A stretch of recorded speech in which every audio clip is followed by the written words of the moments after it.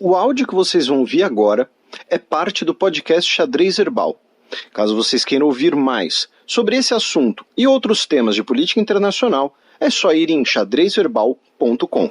Agora vocês ficam com a coluna da professora Vivian Almeida, que tratará dos possíveis impactos da guerra na economia brasileira. En tu mano el más moderno grito de la coctelera y tu guardia pretoriana te filtraba del estrés.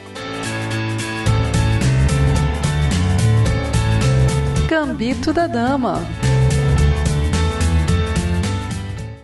Olá, pessoal, espero que estejam todos bem. Na semana passada a gente conversava sobre como viver tempos extremos faz com que a gente muitas vezes se sinta aquele vetor apontando para todas as direções.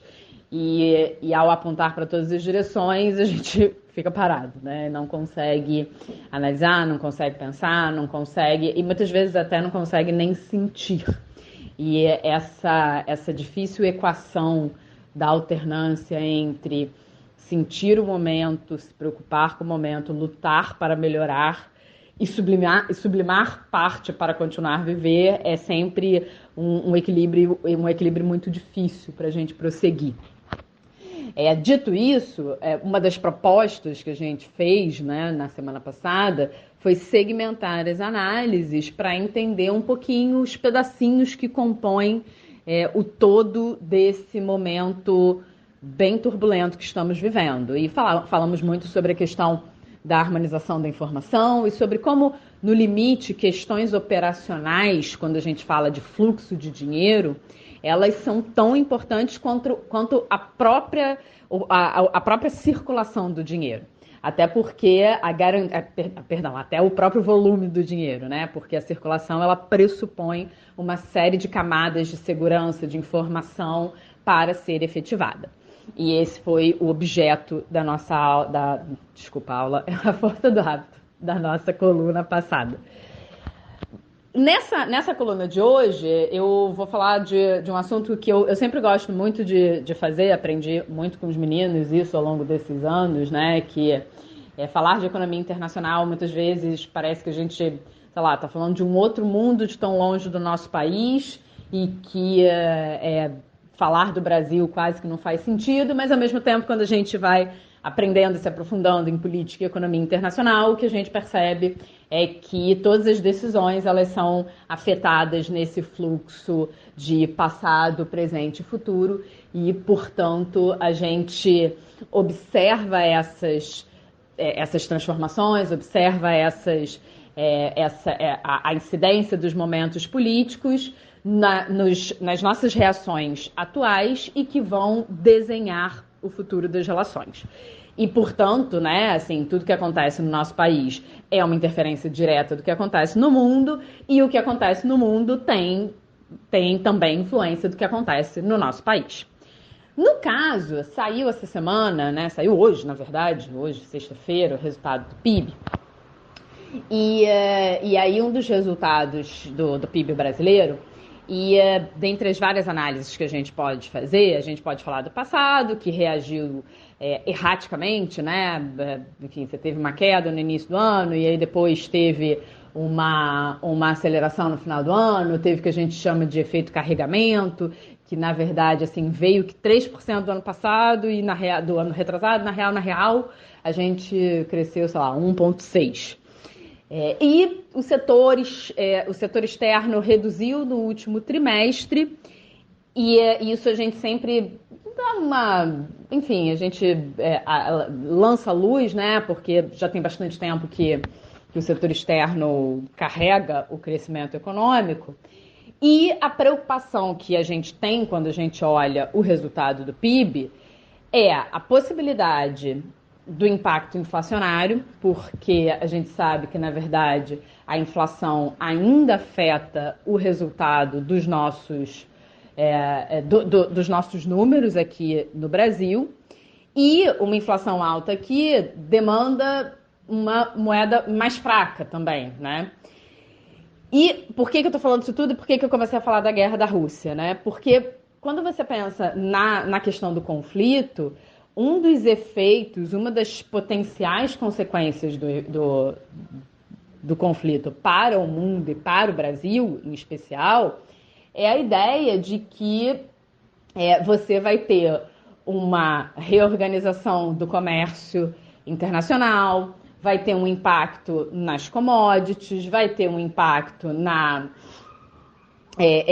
vai ter, portanto, um impacto inflacionário na questão da distribuição dos insumos, das energias, e essa inflação que a gente está contratando agora, ela tende a aumentar aqui dentro, que no primeiro momento pode até ser uma boa notícia para o lado fiscal, mas ao mesmo tempo a gente tem uma não sustentabilidade desse impacto positivo no lado fiscal, porque a inflação ela vai sendo corrosiva também com relação ao poder de compra da população, a trajetória de investimento, a trajetória de consumo, a trajetória de produção, ou seja, a gente vai contratar um futuro pior do que a gente poderia. Então, o resultado do PIB agora, que olha para o retrovisor e pensa quais são as bases que a gente está construindo para receber esse efeito deletério do conflito, tanto com relação a preços, tanto também com relação ao fato de que países em desenvolvimento, quando o PIB mundial tem uma achatada, eles tendem a sentir mais, né, intensamente.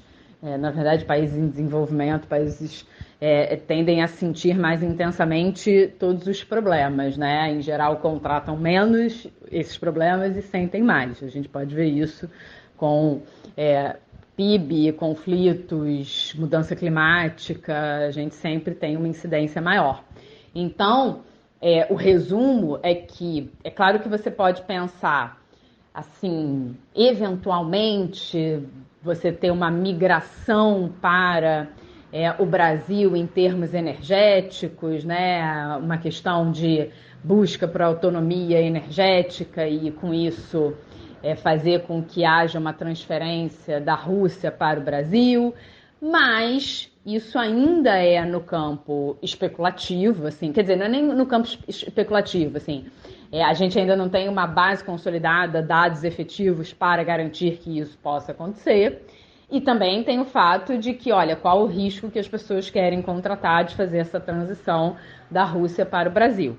E o fato é que quando a gente pensa nessas bases constitutivas para receber os impactos desse conflito, a gente observa que o Brasil, na verdade, tem contratado um futuro pior constantemente, né? As nossas taxas de investimento, a formação bruta de capital físico, a inflação que não dá sossego, a perda de capital humano, de capital físico. Então, tudo isso faz com que os efeitos deletérios, que tipicamente são a reorganização da distribuição dos insumos, o impacto no preço dos insumos, a geração o circuito da energia, tudo isso vai fazer com que a gente tenha bases.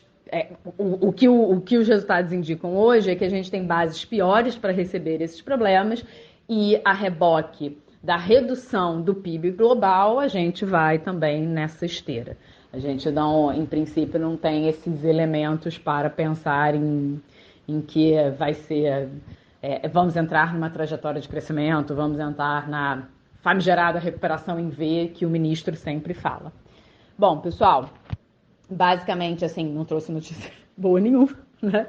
Como era de se esperar, mas é um pouco o papel, né, da análise econômica quando se vê diante dos dados. Dentro dessa perspectiva que eu tenho falado sobre como